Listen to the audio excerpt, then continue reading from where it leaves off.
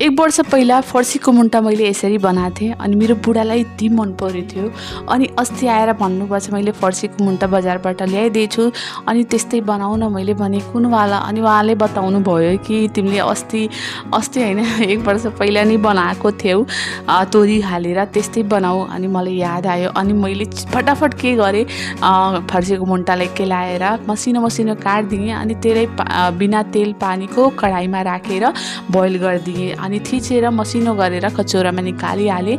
अनि फटाफट त्यसको एकदमै सिक्रेटवाला मसाला पिसिहालेँ जुनमा तोरी अनि थोरै धनियाँ जिरा लसुन खुर्सानी अदुवा अनि थोरै प्याजलाई मसिनो गरेर पिसिहालेँ। अनि कराहीमा तोरीको तेलमा थोरै मेथी फुराएर सबै मसलालाई भुटेँ अनि थोरै गरम मसाला बेसार अनि स्वादअनुसार नुन हालिदिएँ अनि त्यसलाई पनि भुटिहालेँ। अनि लास्टमा सागलाई फर्सीको मुन्टालाई यसमा हालेर एकछिनलाई चलाएँ, थोरै पानी हालेँ अनि ढाकेर 5 मिनटसम्म पकाएँ। त हाम्रो तरकारी पाकिसक्यो। अनि थोरै पकाएको थिएँ किनभने 2 जनाको लागि मात्र थियो। यति मिठो हुन्छ नि यो फर्सीको मुन्टा।